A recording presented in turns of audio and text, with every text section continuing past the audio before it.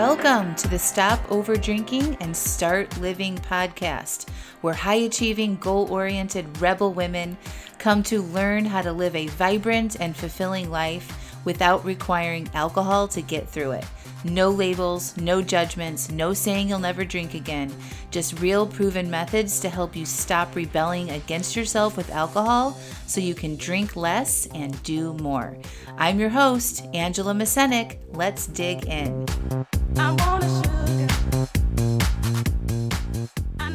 Welcome to episode 128, Taking a New Route.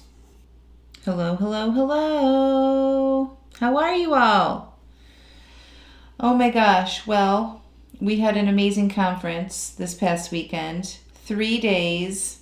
We had over 150 people registered. It was unbelievably fun for me and for everybody that came. And so if you did come to the conference, thank you, because it wouldn't have been like that without you in the seat and your contributions and you showing up with an open brain and willing to participate and dance and ask questions and volunteer for coaching and be open to thinking about things differently when it comes to your relationship with alcohol. So I'm just honored that I got to do that for y'all. And if you did not join the conference this time, let me just tell you, you need to make sure you're on my email list to get notified of when I'm going to do that again, because that will for sure be happening. I don't know if I'll do one again this year, maybe, because it was so much fun. Like I could totally see myself doing that again in the fall. But you for sure want to know when that is happening so that you can sign up. And even people that watched the replay, so if they didn't make it live, I got so much feedback that it was still super impactful, eye-opening, life-changing, inspiring. It was so good. We had, I think the highlights of the conference were we had a success panel. So I invited 6 of my clients to come on and share their stories about what their relationship with alcohol was like before coaching and the difference in their lives now with their relationship with alcohol. And it was amazing. And they got to answer questions from the audience of those who attended the conference. And I learned new things. People were inspired. They saw themselves in their stories. And I feel like it just injected y'all with hope and inspiration. And it's like, if they can do it, I can too. And which is what I preach all the time. If I can do this and change my relationship with alcohol, you can too, for sure. The other really fun part of the conference was we did a segment on Sunday called Hot Seat Coaching. And Hot Seat Coaching is like speed dating, but I coached for about 10 minutes or so for each person. We got through 9 people and we did a range of topics, and the feedback on that session was amazing. The people observing the coaching, and they resonated with the people getting coached, and it helped them so much. So thank you if you volunteered to get coached and for attending that session live. That was really, really fun. So if you did register for the conference and you weren't able to make it live, I think the number 1 and number 2 things I would recommend you watch first is the success panel and then the hot seat coaching, and then dive into the meat of the conference, which is that thought, feelings, action workshop that we did on Saturday. That will give you the foundation to how to change your relationship with alcohol and kick you off to your journey. So thank you to everybody that came and contributed and showed up. You guys helped make that event super fun. So yay. If you're not on my email list, go to angelamascenik.com and a little pop-up will show up on your screen, and just subscribe to get my top 3 podcasts emailed to you, and then you'll be on my email list and you'll be notified when I have fun things like the conference or a free class or something like that. So yay. So this week I want to talk about taking a new route. And when we think, I was driving the other day, and my husband has this route that he takes from our house into town, and it always just confuses me, because it's like the exact opposite way that I normally take. I'm like, why are you turning here? Why are you turning here? He's like, this is the scenic way. It's actually the same distance. I'm like, And so I'm like, all right. And then I kind of got on board with it, because it did seem a little bit shorter. Instead of going straight down all the way and then taking a right-hand turn, he kind of meanders through sort of like a more rural road that you have to turn a couple times on. And I think it does save a little bit of time. So I'm like, all right, I'm going to try Pete's route. That's my husband's name. I'm going to try Pete's route on the way home. So I'm, driving and in my head and thinking about probably you and, what's going on. And I missed the road. And I was like all the way back into town again. I'm like, grr! Now I have to turn around. This is going to take twice as long. And I ended up not turning around and just like totally going around town and then back out to our house. I'm like, that's annoying. And then, so then I was out probably the next day and I'm like, I'm going to try this again. Again, I missed the freaking turnoff. And this time I caught it a little bit sooner. So I turned around on a side road, backed up in my big minivan and went back. I'm like, ugh. And then a third freaking time, I kid you not, I missed this road. And I'm like, this is my thought on the third time. I am going to figure this out. I am going to learn that I'm going to pay attention. This is the thought. I'm going to pay attention next time. And so on the fourth time, this was probably, a week, between all these trips, I went down the road and I got it right. And I was like, yes, I remembered. I paid attention. And this is the thing. It's the same way to change your relationship with alcohol. I swear to you, hang on with me for a second. So basically, when you change your relationship with alcohol, you are learning a new way. You are figuring out a new route to take. Because the old way, in which so many of us take for years and years and years, is we have this automatic process, right? With alcohol. We have our patterns. You know what they are. After work, probably. At the end of the day. Weekends, Friday nights, vacations, day drinking, whatever it is for you, sports events, boating, whatever your sort of go-to habit is around alcohol, you know what that pattern is. And you don't have to think real hard about pouring that glass of wine or opening a beer or whatever it is you're drinking, right? You just do it. It takes no decision-making power. It takes no consciousness. You're just like, this is what is happening. And you don't even really think about it, right? It's filed. This is what we taught about. I taught a lot about this in the conference, is that habit is filed in the lower part of your brain as an automatic habit, and it doesn't require any thought or energy to make those decisions. It's like brushing our teeth or putting your seatbelt on, right? Or taking the same route in your car to drop the kids off at school or to go to the grocery store. You don't have to look at a map to get there. You don't have to brush your teeth on your calendar. You don't have to, right? Like you don't have to remember to like do these things that we do every day. It's filed as an automatic process in the back of your brain because you've done it so many times. It doesn't require any energy for you to remember to do those things, right? So think about now during the day, what do you do automatically?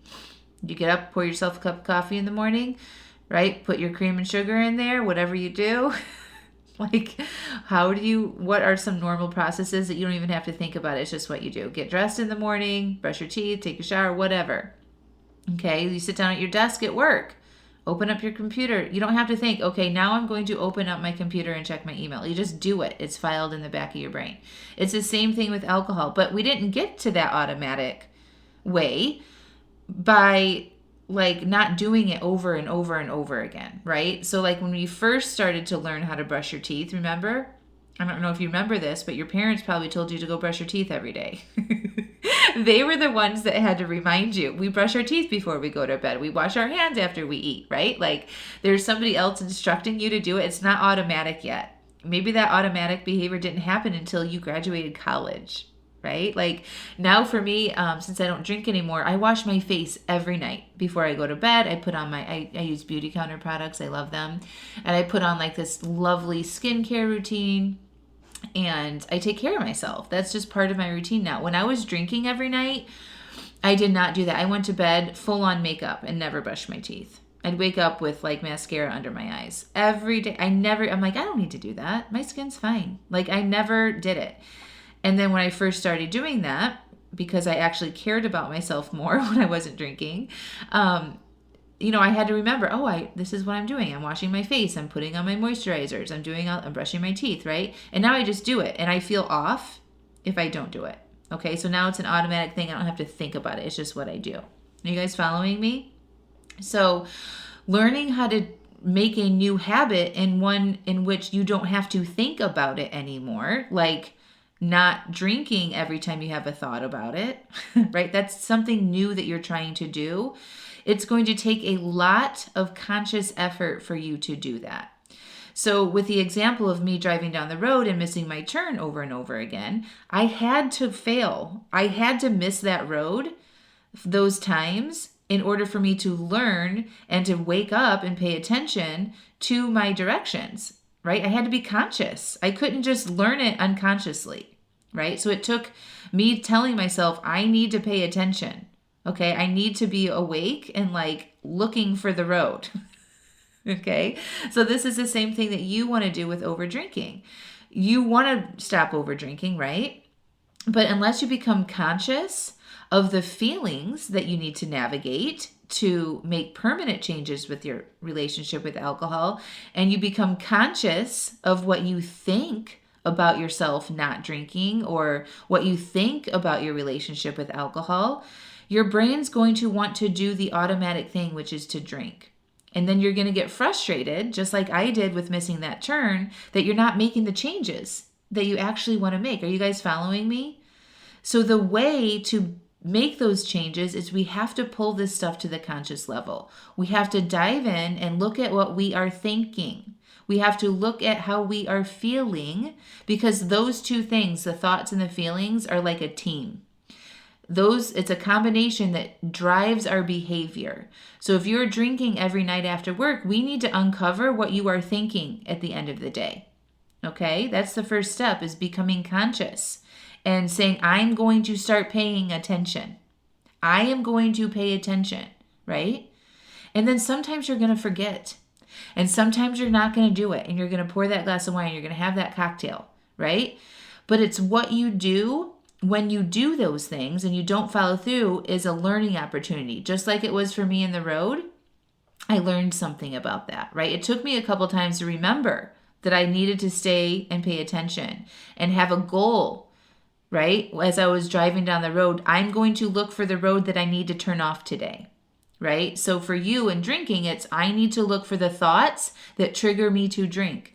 I need to start paying attention to the feelings that I have that I don't like, that I want to drink to escape. You guys following me? It's the same way. You're changing your route. So you got to get conscious of the current route that you are on. Isn't this good? I love this so much.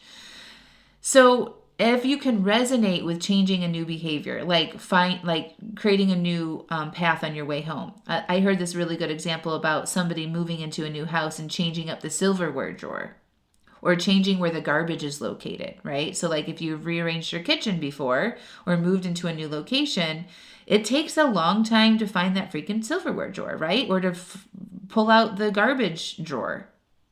If you change that now, like it would be such a fun experiment for y'all to do. Go change something in your kitchen, like move where you keep your plates into a new cabinet. See what happens. Your brain doesn't have to think about where to go get the dishes.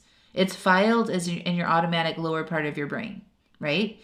Because you've remembered it and repeated that same process over and over and over again. It's the same thing with alcohol. So if you change your dishes location, your plates or your coffee cups, do that. That would be fun. Change your coffee cup locations or where you keep your wine glasses and see how many times it takes you to remember that. And it becomes automatic. It's wild. It'll take you a while, right? You're going to have to fail. You're going to have to go to that cabinet over and over and over again and be like, right? Then you'll be like, all right, I'm going to remember next time. And then you're going to pause in the moment and you're like, oh yeah, it's over here now. And then you're going to automatically start going to that new cabinet over and over and over again until you don't have to think about it anymore. And this is the same process, I promise you. Changing your route starts with becoming aware of your current route with alcohol and uncovering what thoughts and feelings that you have around the times that you have to drink, okay? And then when you have a goal to change your relationship with alcohol, you need to pay attention. You need to turn on your brain to say, we are changing our patterns and we want to be conscious so that we can create new patterns that will become automatic. And so I don't have to think about not drinking so much. That's how it is for me. I practiced and practiced and practiced, going out in social situations, traveling, my regular Tuesday night, like not drinking. And now I never think about not drinking. I just don't. It's become automatic, just like washing my face at the end of the night. All right, my friends. So I hope you enjoyed that. That was, I've been looking forward to recording this podcast because I think it's something that we can all resonate with, right? Like we understand that it's hard to learn a new route. It's hard to remember where you put your coffee cups if you move, right? Or where you put the garbage can or something changed. Rearrange something and see how long it takes you to automatically remember where you keep that thing. This is the same thing with alcohol. It's a process. Give yourself some time to learn the new way that you want to take. Okay, be patient with yourself when you fail. Understand that it's a learning opportunity and that your brain has been programmed to take this one route and now you're training it to do a different route. And celebrate the little wins along the way. Celebrate, like with me in the road. Instead of me remembering that I was going to do this new route all the way, I got all the way into town again before I remembered. And then the next time I remembered a little bit sooner, I was able to turn around. Maybe that's like your relationship with alcohol. Maybe you were able to work through your urges and uncover your thinking, and then you ended up drinking an hour later, but you got so much more conscious and aware. That's a huge win, and you want to celebrate that. All right, my friends. Oh, if you want to join the 6-month small group, female-only, Stop Over Drinking and Start Living program, I am actively taking applications for that. So click the link in the show notes, watch the 3 videos, and read through the information and get your applications in. We are filling up very early because of the conference. A lot of people are joining us there. So if you want in, now is your chance. I love you all. Talk to you soon. Bye.